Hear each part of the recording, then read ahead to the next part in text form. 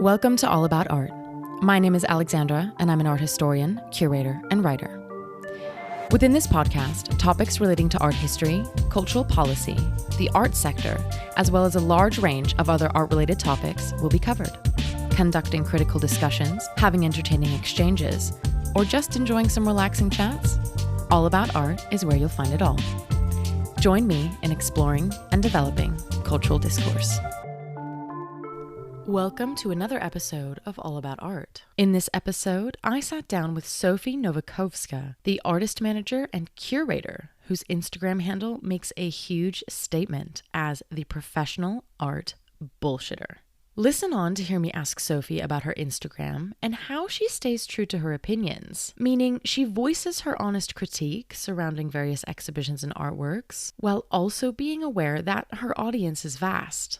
We also talk about the plethora of professional projects Sophie undertakes, spinning plates involving artist management, curation, and mentoring. I chat to her about Meat Market, a recent curatorial project of hers which took place in a butcher shop in South London, as well as, of course, censorship, be it from others or from yourself. Thank you, Sophie, for coming on the podcast and having such a great, open, and fun chat with me. Also, thank you to our sponsors at Synergy Associates, the art world tech gurus, for supporting this episode's production at their clubhouse on Pall Mall. You can find more about Synergy and their facilities in the show notes. Before I dive in, I wanted to let you lovely listeners know that All About Art is on Patreon. So if you want some behind-the-scenes content, maybe a bit of merch, the chance to get one-on-ones with me and my guests, or you're simply wanting to support this project, I would be absolutely thrilled if you decided to sign up. You can do so through the link in the show notes. I also wanted to say thank you to those who have already signed up. Your support means the world, and it makes the further production, improvement, and growth of the podcast possible. And for that, I'm incredibly grateful. And now, on to the interview. Welcome to the podcast, Sophie. Hello. I am so thrilled that we were able to get together for an episode. You are a freelance curator and mentor, and you work as an artist's manager and a marketing specialist for the creative industry. You also founded the Instagram account, Professional Art Bullshitter, where you talk about your curatorial work and write exhibition reviews, but you also touch on topics that are often censored in the art world, something that we'll chat about in depth more later on. But before we dive into that, I would love to start us off with your background and your education. How did you get into the arts, and how has your journey in the sector been so far?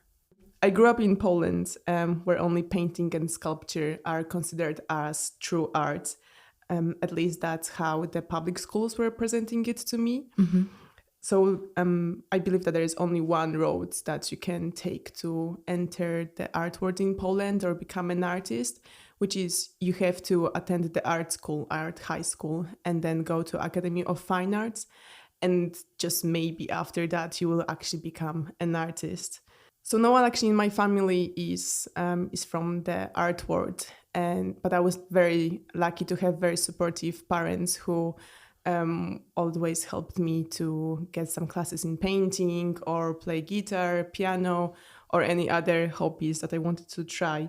So when my dad moved to England when I was 7 or 8, that actually helped me. And my sister moved to England as well, to Cambridge, to study while I was studying art, and my sister was studying criminology. So again, I was the only person in my whole family who went this crazy road. And I think at the beginning, my parents were quite scared because of that. Yeah. I think also because in Poland, when you're studying art, you're mastering your skills in painting or sculpture, or, for example, printmaking. And I was extremely surprised when I was studying my BA in Cambridge that basically half of the people didn't know how to draw. And so basically everything on anything could have been art. You just need to have a concept. So when I was graduating, the pandemic started. So I spent a year making jewelry and small sculptures. And in the meantime, I applied to Royal College of Art for MA curating, and I got in. So then when the pandemic stopped, I moved to London, and then I didn't know basically anyone over here, and I didn't even know what I like in art, because even though I was studying for 3 years, I was, trying to be an artist, but I didn't know what it means. So when I moved to London, I started going to galleries and using my Instagram just to make like small notes for myself, what I like, what I don't, and why, just trying to understand what is actually happening in the art world and what art world even means. So this is exactly how I actually entered the art world.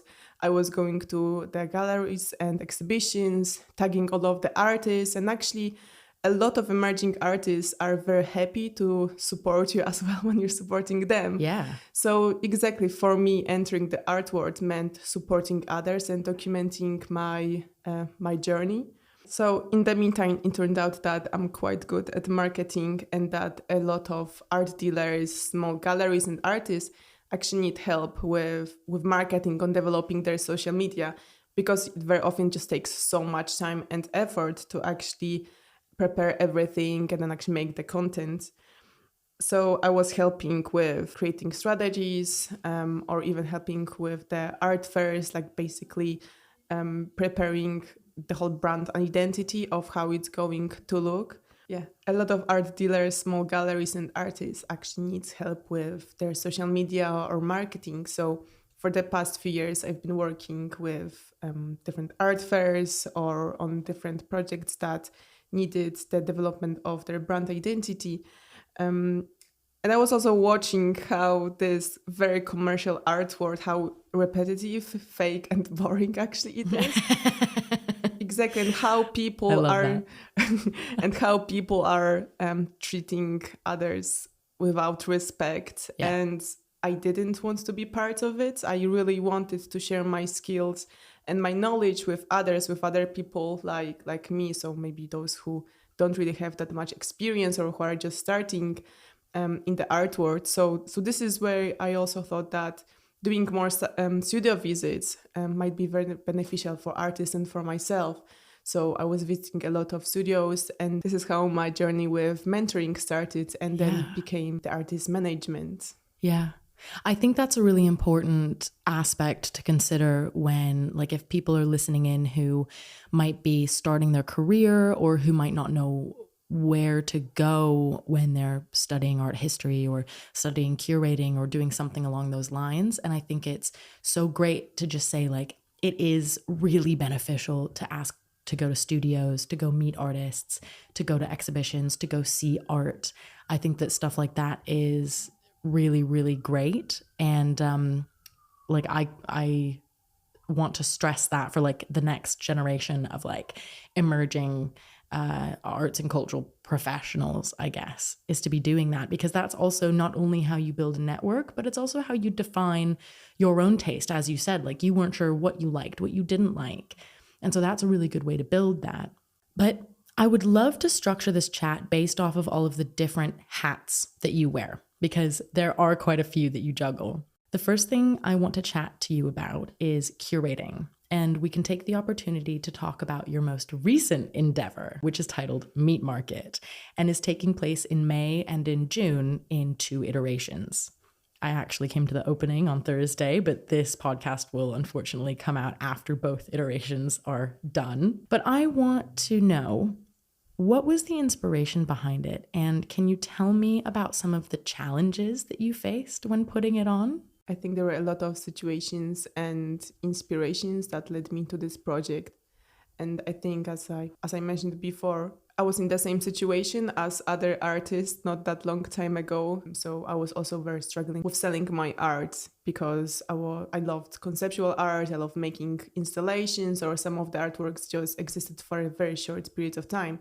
So I just wasn't able to actually be an artist in the sense of, exhibiting very often, because my art was just so weird. I love that. My art was just so weird.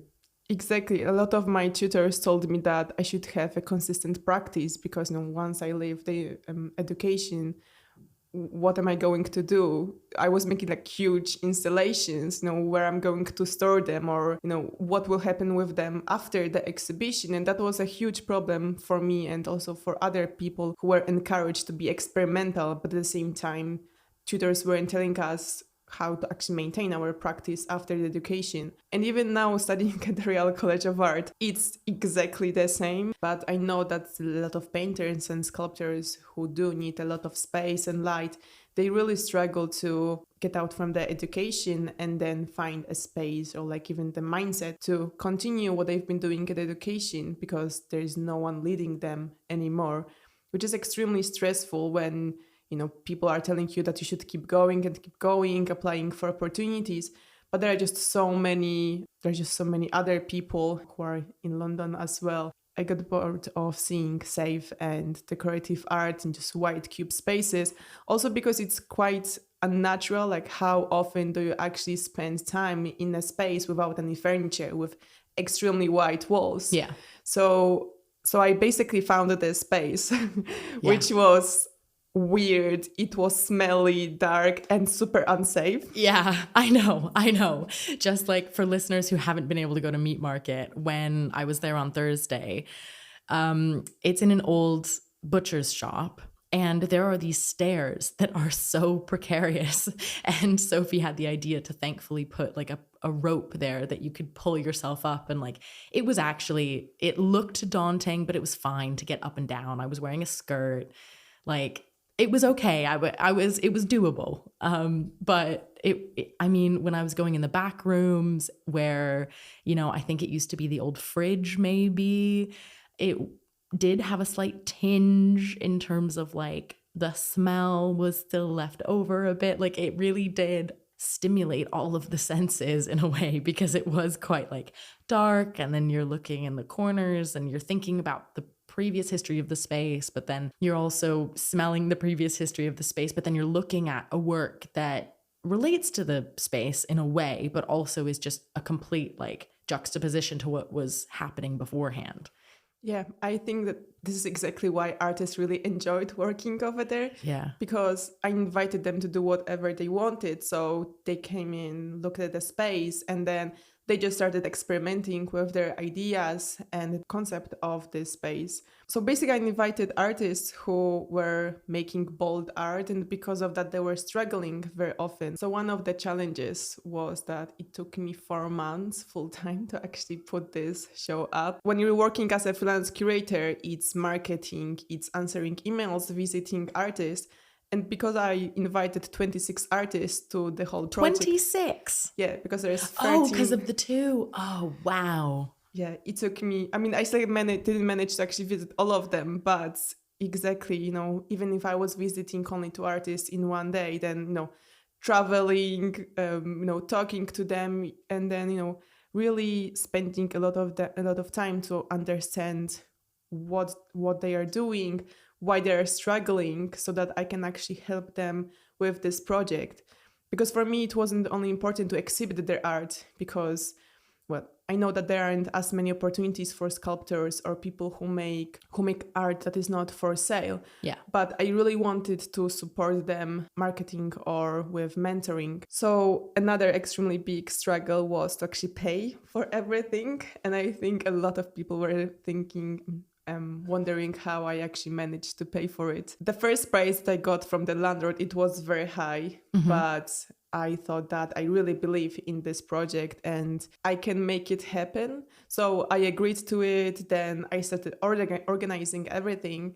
And when I got the contract, it turned out that I also need to pay VAT, service fee, deposit, and for bills.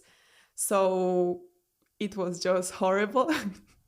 So without help of my friends, family, and without my savings, I just wouldn't be able to do it all. I think also because this is I've been working with galleries in different companies on helping them as a curator to put up shows. Yeah. But this is the first show that I've ever created only by myself. I know I had people who were helping me with design or technicians, but basically the whole or actually organizing it, that was only me. Yeah. And it was so much energy and time. But at the same time, I knew that it needs to be the top quality, also because of who I am as a person. Yeah. Yeah, I always like to do everything that I can in my power to actually get the top quality, because I don't want to put up shows that are meaningless, basically. I really want to help artists not only through putting their works on the wall. I really wanted the viewer to come and have some kind of feelings, even if that's disgust, shock, or any unpleasant feelings. Yeah. That's also a part of the art. Absolutely. Yeah, 100%. If we are staying with the metaphor of different hats and wearing your responsibilities, I would love to talk about the importance of mentoring, which probably kind of goes hand in hand with being an artist manager in a way. So can you tell me more about your experiences in that area? I think that being a curator for me, it's not only curating shows and not only marketing. I like to use this word as like an umbrella for everything that I do. Mm-hmm. And mentoring is one of these elements. And I think that the most important aspect of mentoring is actually listening to people, like truly listening. And the mentoring is not only about helping artists find opportunities, editing their text, or helping with marketing strategies. Mm-hmm. It's being there for them when they actually need it. So it's like being a friend, but actually someone from a professional background. Yeah, a professional friend. A professional friend. So mentoring with me very often starts in two different ways. Sometimes artists approach me and they know exactly what they want to achieve, what they want to achieve, or where they want to get to. But there are also other artists who have no clue, and basically they need someone who will have a conversation with them, how they feel about their practice right now.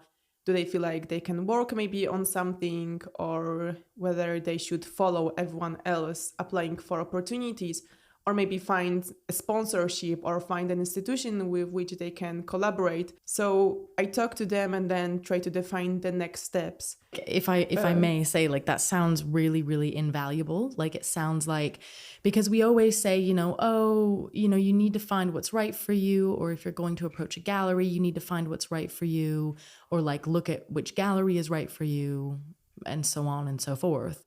But what does that mean in practice? What is that like concretely? And like, okay, but how do I think about what's right for me? And I think that, as you say, there are so many different options that an artist could take, but how do you know what direction? And I'm not even like, not just artists, but like if we think about curators, if we think about emerging arts professionals, like what direction could we go in? The problem starts with education, because we spend either 3 years with our BAs or 1-2 years with our MA, and there isn't enough time for even tutors to talk to students about how they can take their practice or ideas to the real world. Yeah. And there are these kind of assumptions that, for example, if you find a gallery that will represent you, this is the success. But very often this dream is just fading when you actually get there, because there's a lot of shit in relationships and contracts between galleries and artists. And yeah, we very often talk about finding the right gallery or finding the right path.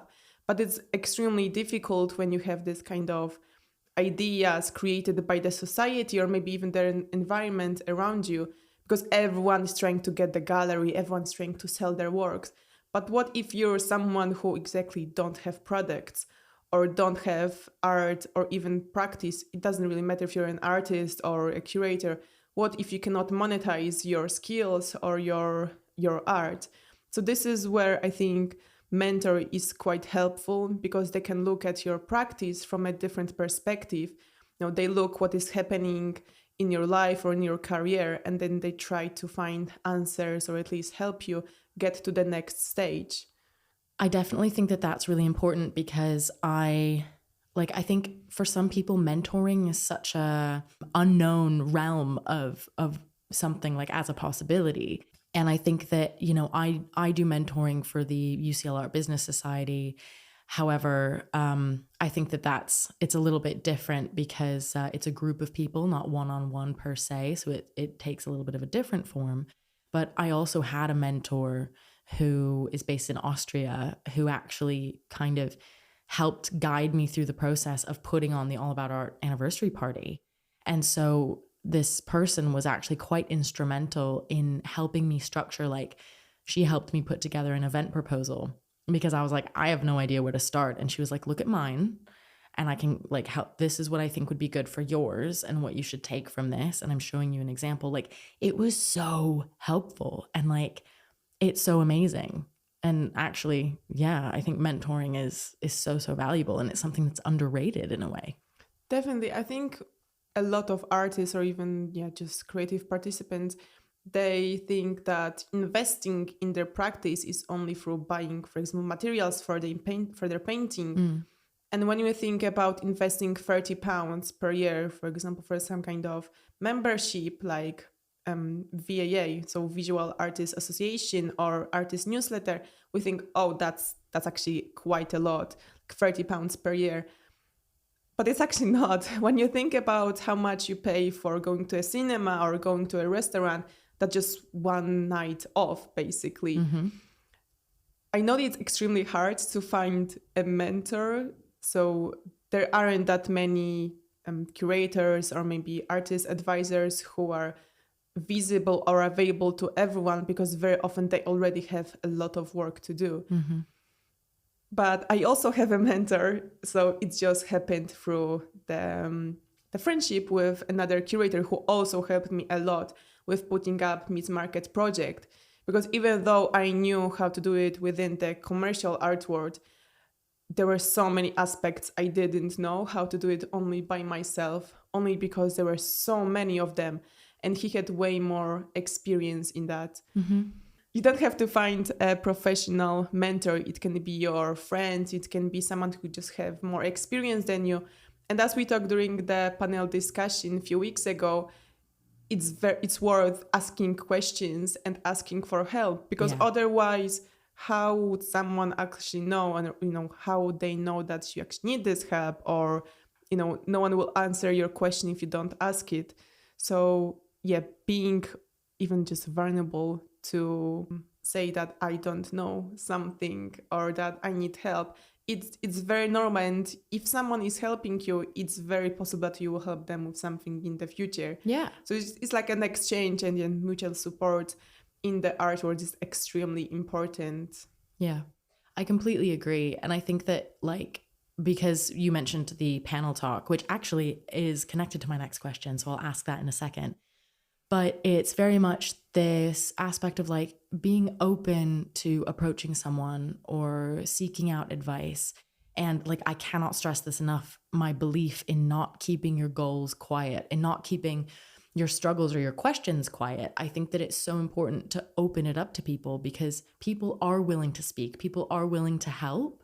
And it's so wonderful when they do. I wouldn't be where I am and you probably wouldn't be where you are if we didn't have people who helped us along the way, either support us, give us advice, be behind the scenes. All of these things are so incredibly important. And if you don't ask, you're never going to get. And so it's just being open. But also, if you ask someone and they don't respond or they kind of reject you in a way, that's okay too. There's, it's all right because there will be someone else who will be up for it. Because I recently asked somebody actually to go out for coffee with me because I wanted her advice and she just completely ignored me. And it could be because she's really busy. It could be because she has no interest in helping me or give me advice. And that's totally fine. But I think as from a personal standpoint here now and being also open to share that, it's oh, it kind of stings. And then you're no, it's okay. It's okay. Because not everyone has the capacity either. And that's all right. And sometimes I have to say no to things too. But because we just mentioned it, you recently participated in a panel talk as part of the All About Art second anniversary event in April. So first off, thank you again for doing that. That was really amazing. For anyone who wants to listen into that, we recorded it via Instagram Live and we posted it on both my Instagram as well as the All About Art podcast's Instagram. So you are welcome to go and listen to that. I wanted to ask you a question that I asked on the panel, which will probably open up all different avenues of discussion around censorship, also in a way like self-censorship within the arts. How do you think having an online presence as an arts practitioner could impact your career later on in terms of hireability? I think that I can already see how valuable it was for me to be on Instagram. Mm-hmm. So we spend more time on Instagram or on social media, then we go to galleries. So it's normal that we see art more often on our screens rather than in our environment. And it's the same with making new connections. We interact with more people through social media rather than in real life, at once at least. So social media to me saves a lot of time and energy, even though coming to private views is very nice because you can interact with a lot of people, drink some alcohol, but after my very long day, I only want to go to bed and then chill out. At least this is how I rest, rather than interacting with even more people where I need to look fabulous or I need to be very interactive with everyone. So Instagram became a platform through which I connect with people, but at the same time, this is how people find me. Yeah. So it's like an online, what's the word? Like portfolio in a way. Yeah, definitely. I think that, well, I don't remember last time when I was asked for a CV. Basically, my Instagram is my portfolio and my CV, so people know where I go, who I know. Mm-hmm. And this is exactly how, well, I get my potential client very often. They see my services, they see who I work with, and then they want to connect, and then we go for a coffee together. So I can already see how beneficial it is to be on social media and just have the virtual presence. Yeah. Do you think that if you later down the line, let's say you want to work for an organization instead of work for yourself, because currently you're working for yourself. So if you were to go and like apply to who knows where, do you think that your Instagram might get in the way, or do you think it'll be really positive? For now, all of my potential clients or my current clients are quite happy with what I present with myself and what I talk about on my Instagram. And I think that I'm still too small to actually be a threat to some institutions. But yeah, I know that there are some situations when curators start working for an institution or a gallery, and some topics are starting to be uncomfortable for this company. Mm-hmm. So yeah, the freedom is not actually there when you're working for someone, when you're working for yourself. It sometimes is also quite uncomfortable when I'm, for example, criticizing an institution, when I'm criticizing a gallery at which, for example, an artist was exhibited who I'm friends with. Yeah. Well, hopefully I will not have any problems, but yeah, well, this is the world we live in. And even though being politically correct and, trying not to offend anyone is such a big thing, still the free speech is not really a thing that a lot of galleries or institutions are very into because something might not look good. Yeah. I think that that's a really important thing to stress is like, and let me know if you agree, is like, maybe if you were to have this online presence, like you with your Instagram and your website and your projects, or like me with my podcast where, I work full time for a gallery, but I collaborate with other galleries all the time. Like, is that a conflict of interest? What does that look like? And I made sure to speak to my employer about it before starting. But like, I think what's important to keep in mind for employers, right, it is if you're going to hire someone, you're hiring the whole person, and you should keep in mind that they have their, what is it called? The unique selling point, USP, right?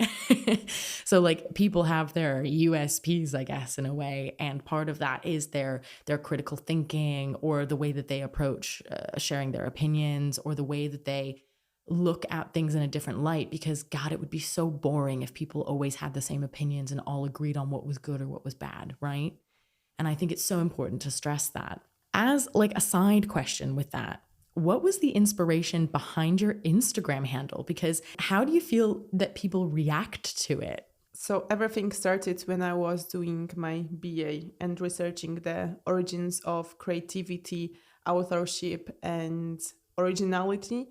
So in theory, nothing is actually original. We come up with ideas because we've seen something, we've heard something, we experienced something, and then we connected all of these experiences or materials into one. Also because I really love conceptual art and social engage, and I just admire artists who invite the audience to do something, or where I'm thinking about who's actually the author of the project or the artwork. So it always excites me to have a conversation about who is the real artist.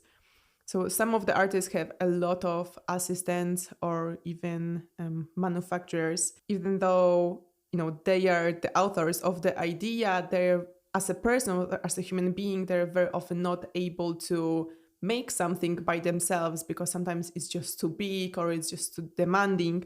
So I really like this kind of excitement of just questioning who's the real artist behind the artwork. But when you also think about the creative industry, actually the artworks are the only products of the creativity that do not include all of the persons who worked to actually make it happen. When you look at the film or music industry, there is a huge list of people who are credited, like writers or designers. Oh yeah, every single 3D artist or designer is included, every single song, all of it. Yeah, absolutely. Exactly. And then when you look at the very big artists like Damien Hirst, a lot of people who are working for them, they cannot say it out loud, or they cannot admit it just while working for them. They can only say it to their friends or to the other employers only after they actually worked for them, because it's big secret. But why? What is the reason behind it? We know that artists are these big brains with huge ideas, but they're still humans. And how is it possible that they made a huge artwork only by themselves? Why we're not crediting all of the assistants or other people who are helping? Yeah. So I think that's because there's a lot of bullshit in the art, whether people are aware of it or not, that they're bullshitting. I thought that it was just a very funny, set of words, being a professional art bullshitter. Yeah. I love how before we started this episode, we were like, can we cuss? No. And it's the title is going to have the word shit in it. I'm definitely going to put professional art bullshitter, damn it. Because we met over Instagram because I came across your account and then we followed each other and then you messaged me, which is something it's a strategy of yours as well, to just check in with the people who followed you. And then we ended up going for a coffee and we ended up getting along really well. And we went to an exhibition, but then we also went and got incredibly overpriced mulled wine, incredibly overpriced. It was £18 for two. So if anyone's near Old Street and goes to a pub near there, just stay away, find a different one. I can't remember the name of it, but me either. Yeah. Well, but anyway, I thought that it was incredibly fun. And I love things like that. I love things that are slightly satirical. I love things that kind of take the piss a bit. I love things that don't, as someone who takes herself so seriously all the time, I do love things that don't take themselves too seriously, because it kind of just adds a little bit more fun. It's we're not brain surgeons here. We are allowed to have fun with these things. That is what the creative industry is also about. That's one of the positive things about working in this sector. Have you ever had really negative reactions to it and people just being that's really unprofessional, or oh my God, I hate it, or anything like that? I think I only had awkward reactions. Awkward, okay. So when someone knows me through Instagram, they actually really like the handle. Yeah. But it's sometimes quite awkward when I give people my business card and it says professional art bullshitter. Or when someone approaches me and they want me to work for them, but they've never seen actually my website handle. So again, it's professionalbullshitter.com. Even for me, it just feels awkward. But I had quite a few comments from different critics that maybe I should reconsider using just maybe a different tag, because it doesn't look professional to have exactly professional bullshitter. Because, they were thinking, if I want to write reviews professionally, then it might not look just right. Right. Because we need to adhere to that status quo. Am I right? It has to look right. Yeah. But right by whose standards? Exactly. Going off of that, I would love to talk about censorship in the arts in a wider sense, not just from a personal, professional point of view. And I will give you the mic on this. I mean, metaphorically, because we're both sitting in front of microphones. But I'll pass it over to you to decide where we should start on that conversation. I think everything that we discussed is basically coming to the same thing. So the aspect of money. So as I said before, there's an assumption that if you get a representation by a gallery, then it means that you succeed, which is very often a very big disappointment when you actually get over there. Or there's another assumption that if you're selling your artworks or exhibiting, you're a successful artist. Yeah. But it creates a lot of problems for a lot of artists whose practice is just not for consumption, like in the terms of buying their artworks. Like commercial consumption in a way, I guess. Exactly. So unfortunately, a lot of artists are trying to adjust to the expectations, whether that's adjusting to trends, curators, galleries. So I think this is where the lowest censorship starts. Yeah. Yeah, I mean, I think that we touched on most of the things that I wanted to talk about over here. Again, being politically correct or not offending anyone, it's extremely important, or at least visible in Western culture a lot. In Eastern, where I come from, so Poland, a lot of people, well, it's not as visible over there. I think also because we don't have as many international people over there. So, if we are saying... people would really tell you straight away that they don't like something or that they don't like you, for example. Yeah. So, but coming back to this very Western art world, being politically correct and not offending anyone is such a big thing these days, especially in the Western culture. I'm not saying it's a bad thing, but I feel that most often it hides a lot of conversations that are extremely important. Because artworks, for example, which are addressing the problem of housing crisis in England, who's going to buy this artwork? Or if someone is putting a small plastic pig in a gelatin or silicone, again, who's going to buy this artwork when being vegan or vegetarian is such a big thing? So going to art fairs or very commercial galleries, the topics that are very often controversial are just not visible over there, because very often people with money, they only want to see the beauty of the world, rather than seeing the problems that are actually over there. Also because you cannot monetize problems, I think. Yeah. I mean, half of the problems are problems because they don't get enough funding anyway. And then trying to monetize that is a whole nother layer, isn't it? Exactly. So finally, a fun question to end the episode. And this is something that I ask all of my guests here on All About Art. And I am aware that I did ask you this during the panel discussion. So sorry about that. But if you could pick one artist from art history to have dinner with, who would it be and why? So I think that I will answer the same thing that I answered during our panel discussion. Yeah. So it would still be John Baldessari, because I believe he was the best conceptual artist the whole history. He was repeatedly writing, "I will not make any more boring art." And I think this is just what I'm looking for in the art world. I just don't want to look at any boring art. So yeah. He's my favorite. All right. Amazing. Well, thank you so much, Sophie, for coming on the episode and for sharing your opinions and expertise. It was an absolute joy. Thank you so much for having me. And that is it for today on All About Art. If you enjoyed this episode, please leave me a rating or a review, as it helps more people discover the show. Also, feel free to share with your friends, or if you share on social media, tag me and get in touch. Thank you so much for listening.